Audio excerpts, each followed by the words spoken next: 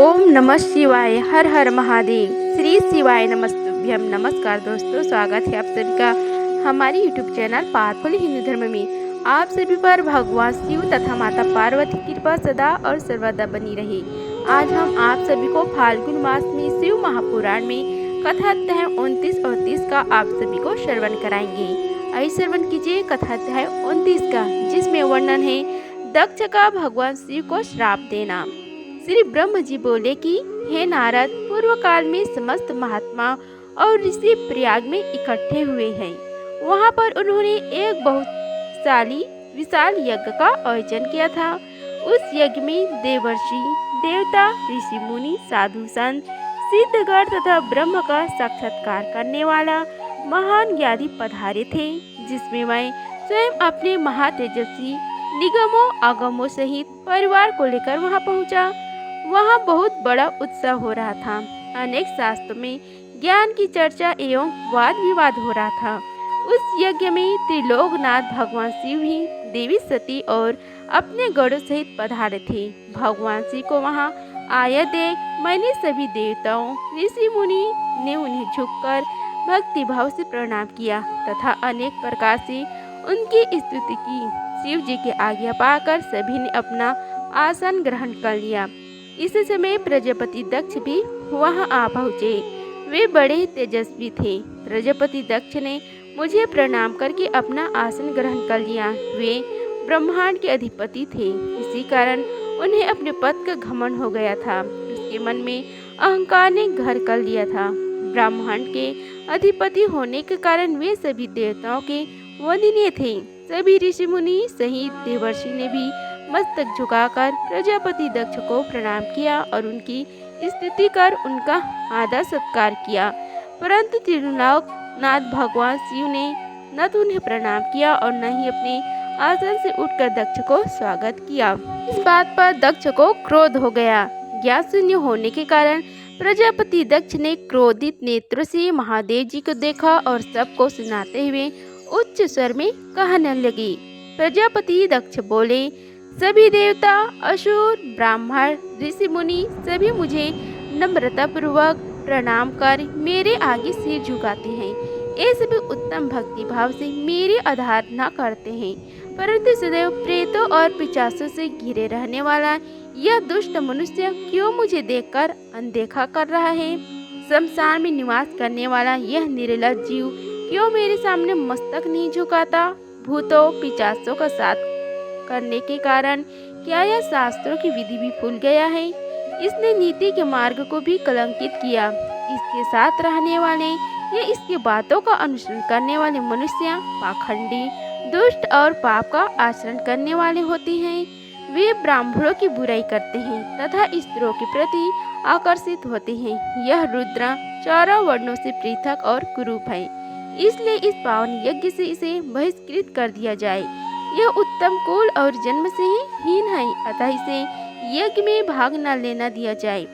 पुत्र क्रोध से विवेक समाप्त हो जाता है। दक्ष ने शिव के लिए अपशब्द करते समय उनके परिणाम पर तनिक भी विचार नहीं किया। अहंकार के कारण वह शिव के स्वरूप को भी भूल गया। वह यह भी भूल गया कि आदि शक्ति जिसका तप द्वारा वर्ण किया है वह कोई नहीं, साधारण मनुष्य, ऋषि या देव नहीं है। ब्रह्म जी बोले कि हे नारद, दक्ष की ये बातें सुनकर भृंगु आदि बहुत से महर्षि रुद्रदेव को दुष्ट मानकर उनकी निंदा करने लगे। ये बात सुनकर नंदी को बुरा लगा।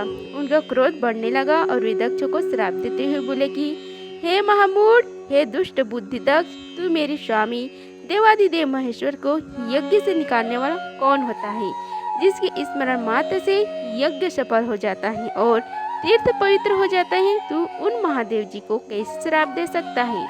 मेरे स्वामी निर्दोष है और तूने अपने स्वार्थ की सिद्धि के लिए उन्हें श्राप दिया और उनका मजाक उड़ाया।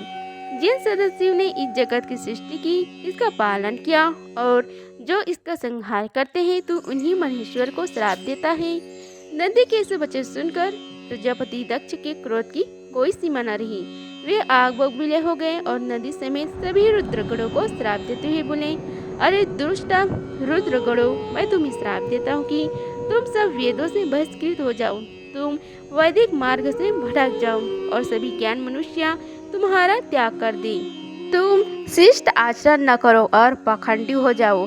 सिर पर जटा, शरीर पर भस्म एवं हड्डियों के आभूषण धारण कर मद्यपान शराब का सेवन करो। जब दक्ष ने शिव जी की प्रिय पार्षदों को इस प्रकार श्राप दे दिया तो नंदी बहुत क्रोध हो गया। नंदी भगवान शिव की प्रिय पार्षद है। वे बड़ी गर्व से दक्ष को उत्तर देते हुए बोले। नंदीश्वर बोले कि हे दुर्बुद्धि दक्ष, तुझे शिव तत्व का ज्ञान नहीं है। तूने अहंकार में आकर शिव गणों को श्राप तो दे दिया है।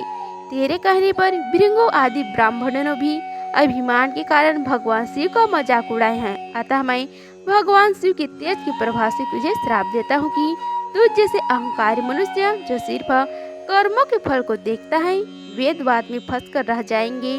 उनका वेद ज्ञान तत्व शून्य हो जाएगा। वे सदैव मोह माया में ही लिप्त रहेंगे। वे पुरुषार्थ भिन्न होंगे और स्वर्गों को ही महत्व देंगे। वे क्रोधी व लोभी होंगे। वे सदा ही दान लेने में लगे रहेंगे। हे दक्ष, जो भी भगवान शिव को सामान्य देवता समझकर उनका अनादर करेगा वह सदैव के लिए तत्व ज्ञान से विमुख हो जाएगा। वह आत्मज्ञान को भूलकर पशु के समान हो जाएगा तथा यह दक्ष जो कि कर्मों से भ्रष्ट हो चुका है, इसका मुख बकरे के समान हो जाएगा। इस प्रकार बहुत गुस्से से भरी नंदी ने जब दक्ष और ब्राह्मणों को श्राप दिया तो वहाँ बहुत शोर मच गया। भगवान शिव मधुर वाणी में नंदी को समझाने लगे कि वे शांत हो जाए। प्रभु शिव बोले, हे नंदी, तुम तो परम ज्ञानी हो, तुम्हें क्रोध नहीं करना चाहिए। तुमने बिना कुछ जाने और समझे ही दक्ष तथा समस्त ब्राह्मण कुल को श्राप दे दिया। सच्चाई तो यह है कि मुझे कोई भी श्राप छू ही नहीं सकता, इसलिए तुम्हें अपने क्रोध पर नियंत्रण रखना चाहिए। किसी की बुद्धि कितनी दूषित क्यों न हो, वह कभी वेदों को श्राप नहीं दे सकता। हे नंदी, तुम तो सिद्धों को भी तत्व ज्ञान का उपदेश देने वाले हो। तुम तो जानते हो कि मैं ही यज्ञ हूँ, मैं ही यज्ञ कर्म हूँ, यज्ञ की आत्मा मैं ही हूँ, यज्ञ परायण यजमान भी मैं ही हूँ। फिर मैं कैसे यज्ञ से बहिष्कृत हो सकता हूँ? तुमने व्यर्थ ही ब्राह्मणों को श्राप दे दिया। ब्रह्म जी बोले, हे नारद, जब भगवान शिव ने अनेक प्रकार से नंदी को समझाया तो उनका क्रोध शांत हो गया। तब शिव जी अपने अन्य गणों व पार्षदों के साथ अपने निवास स्थान कैलाश पर्वत पर चले गए। क्रोध से भरे दक्ष की ब्राह्मणों के साथ अपने स्थान पर चले गए, परंतु उनके मन में महादेव जी के लिए क्रोध एवं ईर्ष्या का भाव ऐसा ही रहा। उन्होंने शिव जी के प्रति श्रद्धा को त्याग दिया और उनकी निंदा करने लगे। दिन ब दिन उनकी स्त्रियां बढ़ती जा रही थी। ब्रह्म जी बोले कि हे महर्षि नारद, इस प्रकार क्रोधित वह अपमानित दक्ष ने कनखल नामक तीर्थ में एक बहुत बड़ी यज्ञ का आयोजन किया। उस यज्ञ में उन्होंने सभी देवर्षि, महर्षियों तथा देवताओं को दीक्षा देने के लिए बुलाया। अगस्त्य, कश्यप, अत्रि, वामदेव, भृंगु, दधीचि, भगवान व्यास, भारद्वाज, गौतम, पैल, परशर, गर्ग, भार्गव, कुकुस, शीत, सुमन, त्रिक, कक और वैशंपायन सहित अनेक ऋषि मुनि अपनी पत्नियों व पुत्रों सहित प्रजापति दक्ष की यज्ञ में सम्मिलित हुए। समस्त देवता अपने देवगणों के साथ प्रसन्नता पूर्वक यज्ञ में गए। अपने पुत्र दक्ष की प्रार्थना स्वीकार करके मैं विश्व इष्टरा ब्रह्म और वैकुंठ रूप से भगवान शिव भी उस यज्ञ में पहुँचे। वहाँ दक्ष ने सभी पधारे हुए अतिथियों का खूब आदर सत्कार किया। उस यज्ञ के स्थान का निर्माण देवताओं के शिल्पी विश्वकर्मा द्वारा किया गया था। विश्वकर्मा ने बहुत से दिव्य भवनों का निर्माण किया। उन भवनों में दक्ष ने यज्ञ में पधारे अतिथियों को ठहराया। दक्ष ने भृंगु ऋषि को रिश्ता जो बनाया। भगवान विष्णु यज्ञ के अधिष्ठाता थे। इस विधि को मैंने ही बताया। दक्ष सुंदर रूप धारण कर यज्ञ मंडल में उपस्थित था। इस विधि को मैंने ही उसे बताया था। 28,000 ऋषि एक साथ हवन कर सकते हैं। 64,000 देवर्षि मंत्रों का उच्चारण कर रहे थे। सभी मग्न होकर वेद मंत्रों का गान कर रहे थे। दक्ष ने उस महायज्ञ में गंधर्वों, विद्याधरों, सिद्धों, 12 आदित्यों व उनके गणों तथा नागों को भी आमंत्रित किया था। साथ ही देश विदेश के अनेक राजा उसमें उपस्थित थे, जो अपनी सेवा एवं दरबारियों सहित यज्ञ में पधारे थे।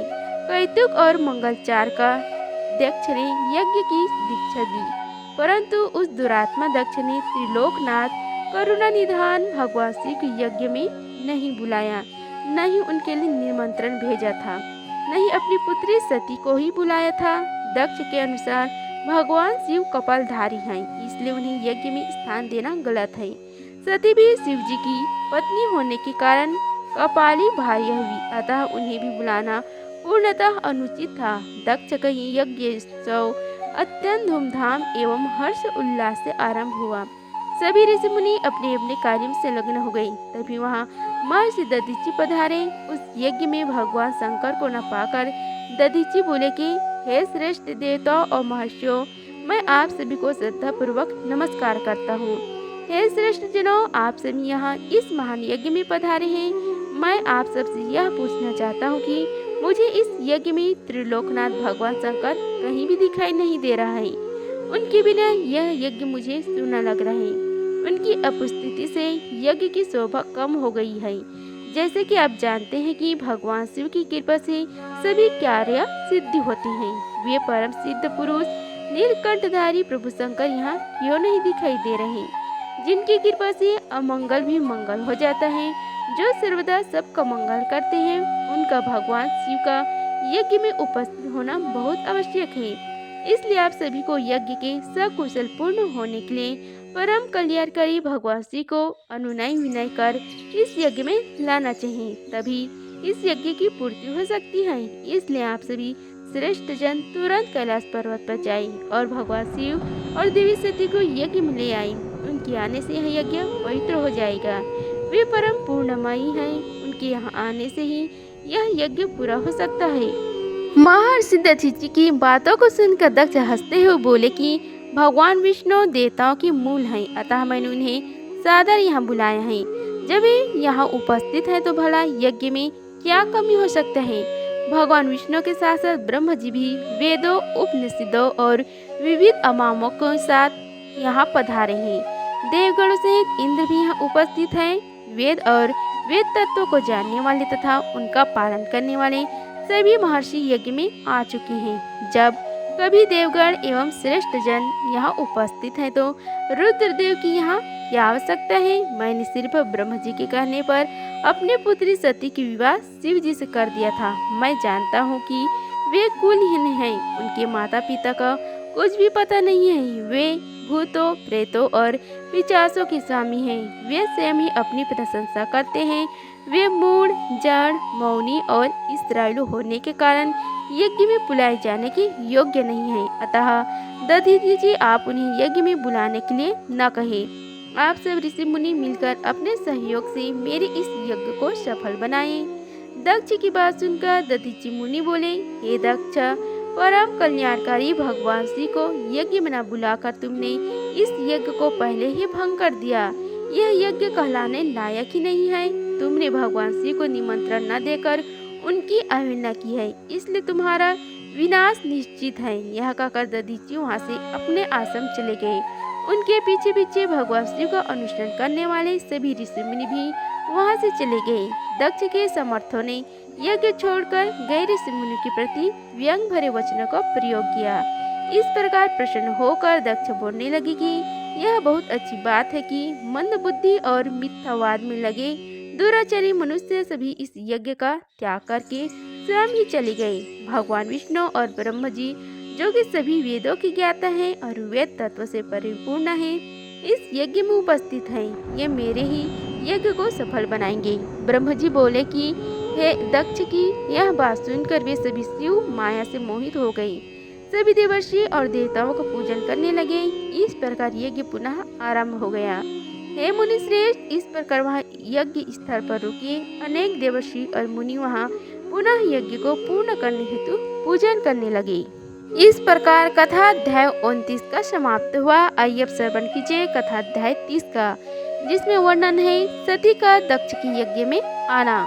श्री ब्रह्म जी कहते हैं कि हे नारद, जिस समय देवता और ऋषिगण दक्ष के यज्ञ में भाग लेने के लिए उत्सव करते हुए जा रहे थे, उस समय दक्ष की पुत्री सती अपनी सखियों के साथ मंदमादन पर्वत पर धारागिरी में अनेक क्रीड़ाएं कर रही थी।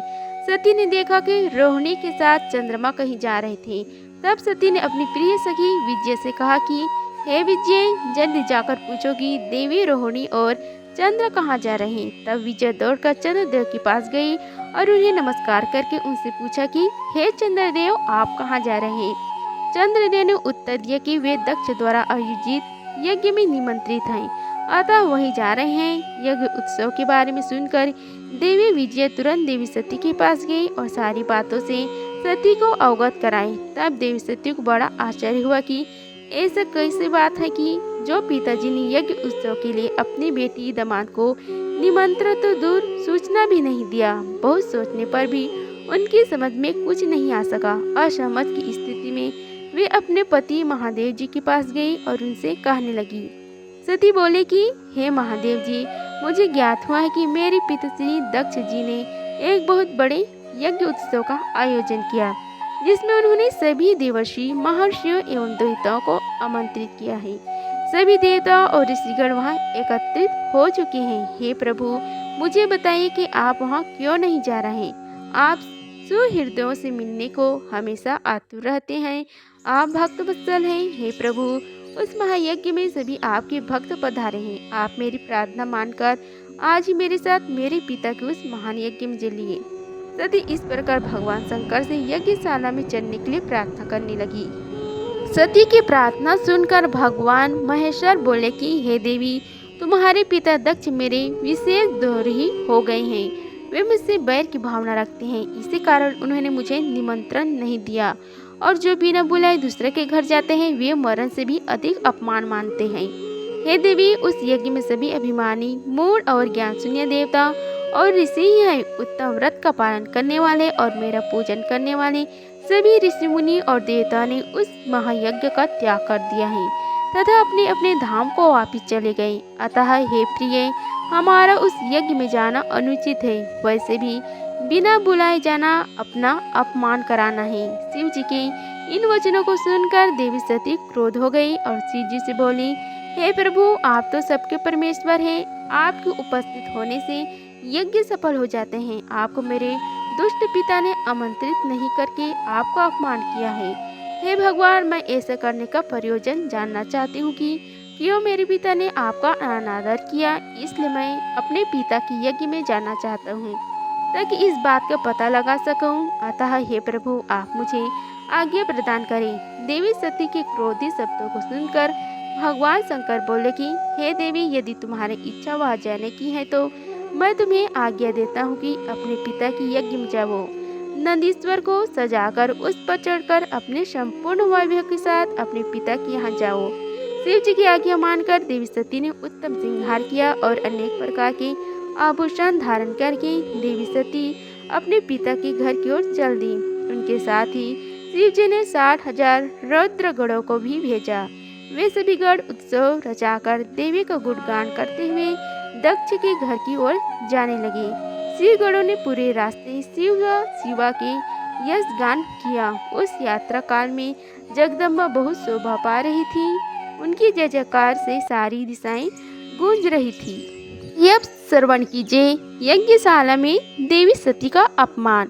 श्री ब्रह्मा जी बोले कि हे नारद, दक्ष कन्या देवी सती उस स्थान पर गई जहां महान यज्ञ उत्सव चल रहा था, जहां देवता, असुर और मुनि, साधु, संत अग्नि में मंत्र उच्चारण के साथ आहुतियां डाल रहे थे। सती ने अपने पिता के घर में अनेक आश्चर्यजनक बहुमूल्य वस्तुएं देखी। अनेक मनोहरी और उत्तम आभा से परिपूर्ण धन्य धान्य से युक्त दक्ष का भवन अनोखी शोभा पा रही थी। देवी सती नंदी से उतरकर अकेली यज्ञशाला के अंदर चली गई। सती को वहां आया देखकर उनकी माता और बहनें बहुत प्रसन्न हुई और देवी सती का खूब आदर सत्कार करने लगी। परंतु उनके पिता दक्ष ने उनके देखकर कोई खुशी जाहिर नहीं की और न ही उनकी तरफ ध्यान दिया। दक्ष के भय से ही अन्य लोगों ने भी देवी सती का अनादर नहीं किया। सभी के व्यवहार में तिरस्कार देखकर देवी सती को बहुत आश्चर्य हुआ। फिर भी उन्होंने अपने पिता के चरणों में मस्तक झुकाए। देवी सती ने यज्ञ में सभी देवताओं का अलग अलग भाग देखा। जब सती को अपने पति भगवान शिव का भाग वहां दिखाई नहीं दिया तो उन्हें बहुत क्रोध आया। अपमानित होने के कारण देवी सती दक्ष को लड़ताड़ते हुए बोली, हे प्रजापति, अपने परम मंगलकारी भगवान शिव को इस यज्ञ में क्यों नहीं बुलाए, जिनकी उपस्थिति से ही सारा जगत पवित्र हो जाता है। भगवान शिव यज्ञ वेताओं में श्रेष्ठ हैं। वे ही यज्ञ के अंग हैं, वे ही यजमान हैं, सब कुछ वे ही हैं। तो उनके बिना इस महायज्ञ की सिद्धि कैसे हो सकती है? उनके बिना तो यह यज्ञ अपवित्र है। अपने भगवान शिव को सामान्य समझकर उनका घोर अनादर किया है। शायद आपकी बुद्धि भ्रष्ट होने के कारण ऐसा हुआ है। मुझे तो यह समझ में नहीं आ रहा कि बिना भगवान शिव के आए ये विष्णु और ब्रह्म सहित सभी ऋषि मुनि इस यज्ञ में कैसे आ गए। तब देवी सती मेरे सम्मुख खड़ी हुई और विष्णु सहित सभी उपस्थित देवताओं एवं ऋषि मुनियों को डांटने लगी और उन्हें बहुत फटकारा। ब्रह्म जी बोले, हे मुनि श्रेष्ठ नारद, क्रोध से भरी देवी जगदम्बा ने अत्यंत दुखी मन से हम सभी देवता और ऋषियों को बहुत सी बातें सुनाई। देवी सती की बातें सुनकर कोई भी कुछ नहीं बोला, परंतु उनके पिता दक्ष उनके वचन से बहुत अधिक क्रोध हो गए और इस प्रकार बोली। दक्ष ने कहा कि हे पुत्री सती, तुम्हारे इस प्रकार के वचनों से क्या लाभ होगा? तुम बिना बात के सभी का अपमान कर रही हो। वैसे भी मैंने तुम्हें यहाँ आने का कोई निमंत्रण नहीं दिया था, तो तुम क्यों चली आई? तुम यहाँ खड़ी रहो या वापिस चली जाओ, तुम्हारी इच्छा है। वैसे भी यह उपस्थित सभी देवता और ऋषि मुनि यह जानते हैं कि तुम्हारे पति शिव अमंगलकारी हैं। उन्हें वेदे से बहिष्कृत किया गया है। वे भूतों, प्रेतों तथा पिशाचों के स्वामी हैं। उन्होंने बहुत बुरा वेश धारण किया है, इसलिए मैंने रुद्र को इस महायज्ञ में नहीं बुलाया। मैंने बिना सोचे समझे ब्रह्म जी के कहने पर तुम्हारा विवाह उनसे कर दिया, नहीं तो शिव इस योग्य नहीं है कि उनसे किसी भी प्रकार से कोई संबंध बनाया जाए। अब तुम आ ही गई हो तो स्थान ग्रहण कर लो, आगे तुम्हारी जैसी इच्छा, हमारा कोई आग्रह नहीं है। दक्ष की एक बात सुनकर उनकी दुहित्री सती ने अपने पति की बुराई करने वाले अपने पिता को देखा तो उनके मन में रोष बढ़ गया। वे क्रोध से भर गई। तभी मन ही मन विचार करने लगे कि अब मैं शिव जी के सामने कैसे जाऊं। यदि किसी तरह उनके पास चली भी गई तो उनके द्वारा यज्ञ का समाचार पूछने पर क्या कहूंगी। यह सब देखकर सोचकर वे अपने पिता दक्ष से बोली, जो त्रिलोकनाथ करुणा निधान भगवान महादेव की निंदा करता है अथवा सुनता है, वह हमेशा के लिए नरक में जाता है। अर्थात जब तक सूर्य और चंद्रमा का अस्तित्व है उसे नरक भोगना पड़ता है। इस प्रकार देवी सती को वहां पर आने पर बहुत पश्चाताप हो रहा था। अपने पति भगवान शिव की अवहेलना को वह सहन नहीं कर पा रही थी। तभी अपने पिता दक्ष सहित अन्य देवताओं से कहने लगी। देवी सती बोली कि तुम सभी भगवान शिव के निंदक हो। तुमने उनकी अवहेलना होते देखकर प्रभु शिव का अपमान किया। इस पाप का फल तुम सभी को अवश्य भोगना पड़ेगा। जो लोग भक्ति और ज्ञान से विमुख है वे यदि ऐसा कार्य करें तो कोई आश्चर्य नहीं होता, परंतु जिन लोगों ने अज्ञान के अंधेरों को दूर कर अपने ज्ञान चक्षु को खोल लिया है, जो महात्माओं के चरणों को धूल से अपने को शुद्ध और पवित्र कर चुके हैं, उन्हें किसी से वैर भाव रखना, ईर्ष्या करना और निंदा करना कतई शोभा नहीं देता। भगवान के श्री चरणों का ध्यान करते हुए उनका 2 अक्षर का नाम शिव को उच्चारण करने से ही सारे पाप धुल जाते हैं। तुम मूर्खता के वश में होकर उन्हीं भगवान का अनादर कर रही हो। उनसे द्रोह करके तुम कुछ भी हासिल नहीं होगा। उदार भगवान महादेव जी जटा और कपाल धारण किए शमशान के भूतों के साथ प्रसन्नता पूर्वक रहते हैं। वे शरीर पर भस्म लगाए और गले में नरमुंडों की माला धारण करते हैं। फिर मनुष्य उनके चरणों की धूल अपने माथे पर लगाते हैं, क्योंकि वे साक्षात परमेश्वर हैं। वे परम ब्रह्म परमात्मा हैं। वे ऐश्वर्य से सदा ही दूर रहते हैं। जो इस महापुरुष की निंदा करता है उसके जीवन को धिक्कार है। मैंने भी तुम्हारे द्वारा की गई अपने पत्नी भगवान शिव की निंदा को सुना, इसलिए मैं अपने शरीर को त्याग दूंगी। इस यज्ञ की अग्नि में प्रवेश कर मैं भस्म हो जाऊंगी। मैंने अपने प्रिय पति भगवान शिव का अनादर देख भी लिया और उनके प्रति अपने पिता के कटु वचनों को भी सुन लिया। अतः अब मैं इस जीवन का क्या करूं? मैं इस समय पूर्णतः असमर्थ हूँ। इस यज्ञशाला में जो भी शक्तिवान और समर्थवान पुरुष हो वह भगवान शिव की उपेक्षा करने वाले और उन्हें बुरा और अमंगल करने का कहने वाले कि जीभ कट दे, तभी वह शिव निंदा सुनने के पाप से बच सकता है। जो ऐसा करने में समर्थ न हो तो उसे अपने दोनों कानों को बंद करके यहाँ से तुरंत चले जाना चाहिए, तभी वह दोष मुक्त होगा। फिर देवसती अपने पिता दक्ष की ओर मुख करके बोली, जब मेरे पति महादेव जी मुझे आपके साथ संबंध होने के कारण दक्षाणी कहकर पुकारेंगे तो मैं कैसे कुछ कह पाऊंगी। हे पिताजी, आपने मेरे पति का घोर अपमान करके मुझे उनके सामने जाने लायक भी नहीं छोड़ा, इसलिए मेरे पास अब एक ही रास्ता शेष है। मैं आपके द्वारा प्राप्त इस घृणित शरीर का आपके सामने ही त्याग कर दूंगी। तत्पश्चात सती वहाँ उपस्थित सभी देवताओं से बोले कि तुम सबने करुणा निधान भगवान शिव की निंदा सुनी, इसलिए तुम्हारे कर्मों का दुष्परिणाम तुम्हें अवश्य मिलेगा। मेरे पति भगवान शिव तुम सबको इसका दंड अवश्य ही देंगे। उस समय देवी बहुत क्रोधित थी। यह सब देखकर वह सुनकर चुप हो गए और अपने मन में अपने प्राण वल्लभ भगवान शिव का स्मरण करने लगी। अब श्रवण कीजिए सती द्वारा योग अग्नि से शरीर को भस्म करना। श्री ब्रह्म जी बोले कि श्री नारद जी ने पूछा, हे पितामह, जब सती जी ऐसा कहकर मौन हो गए तब वहाँ क्या हुआ? देवी सती ने आगे क्या किया? इस प्रकार नारद जी ने अनेक प्रश्न पूछ डाले और ब्रह्म जी से प्रार्थना की कि वे आगे कथा सविस्तार उनसे कहिए। यह सुनकर ब्रह्म जी मुस्कुराए और प्रसन्नता पूर्वक कहने लगे, हे नारद, मौन होकर देवी सती अपने पति भगवान शिव का स्मरण करने लगी। उनका स्मरण करने के बाद उनका क्रोध मन शांत हो गया। तब शांत मनोभाव से शिव जी का चिंतन करती हुई देवी सती पृथ्वी पर उत्तर की ओर मुख करके बैठ गई। तत्पश्चात विधि पूर्वक जल से आचमन करके उन्होंने वस्त्र ओढ़ लिया। फिर पवित्र भाव से उन्होंने अपनी दोनों आंखें मूंद दी और पुनः शिव जी का चिंतन करने लगी। सती ने प्राणायाम से प्राण और अपान को एक रूप करके नाभि में स्थित कर लिया। सांसों का संयत कर नाभि चक्र को ऊपर हृदय में स्थापित कर लिया। सती ने अपने शरीर में योग मार्ग के अनुसार वायु और अग्नि को स्थापित कर लिया। तब उनका शरीर योग मार्ग में स्थित हो गया।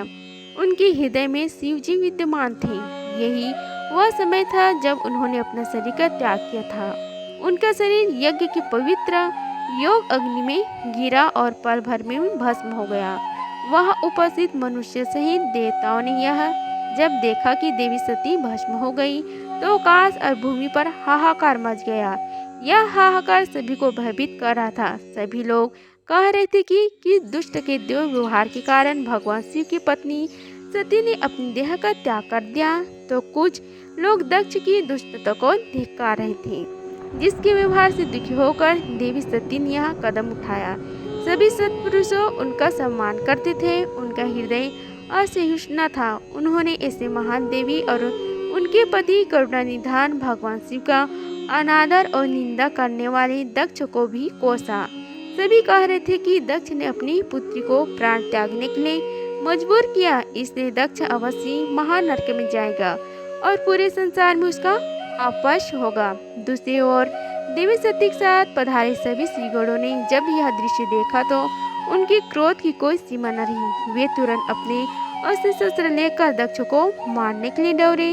वे 60,000 पार्षदगण क्रोध से चिल्ला रहे थे और अपने को ही धिक्कार रहे थे कि यहाँ उपस्थित होते भी हम अपनी माता देवी सती की रक्षा नहीं कर पाए। उनमें से कोई पार्षद ने तो स्वयं अपने शरीर का त्याग कर दिया। बचे हुए सभी श्रीगण दक्ष को मारने के लिए बड़ी तेजी से आगे बढ़ रहे थे। जब ऋषि भृंगु ने उन्हें आक्रमण के लिए आगे बढ़ते हुए देखा तो उन्होंने यज्ञ में विघ्न डालने वाले का नाश करने के लिए यज्ञ मंत्र पढ़कर दक्षिण अग्नि में आहुति दे दी। आहुति के प्रभाव के फलस्वरूप यज्ञ कुंड में रिम्बु नामक अनेक देवता जो प्रबल वीर थे वहां प्रकट हो गए। ऋषिभु नामक सहस्त्र देवताओं और श्रीगणों में भयानक युद्ध होने लगे। वे देवता ब्रह्म तेज से संपन्न थे। उन्होंने श्रीगणों को मारकर तुरंत भगा दिया। इससे वह यज्ञ में अशांति फैल गई। सभी देवता और मुनि भगवान विष्णु इस विघ्न को टालने के लिए प्रार्थना करने लगे।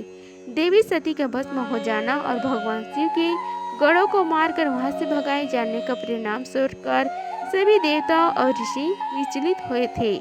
हे नारद, इस प्रकार दक्ष के उस महा उत्सव में बड़ा बहुत उत्पात मच गया। सब और त्राही त्राही मच गई। सभी भावी परिणाम की आशंका से भयभीत दिखाई दे रहा था। इस प्रकार फाल्गुन मास में शिव महापुराण में कथा अध्याय 30 का समाप्त हुआ। बोलो शिव शंकर भगवान की जय, उमापति नाथ की जय। अगर आप सभी को यह वीडियो अच्छी लगी होगी तो वीडियो को लाइक कीजिए, चैनल को सब्सक्राइब कीजिए और कमेंट बॉक्स में ओम नमः शिवाय लिखें। धन्यवाद। मिलते हैं अगली वीडियो में, तब तक के लिए हर हर महादेव।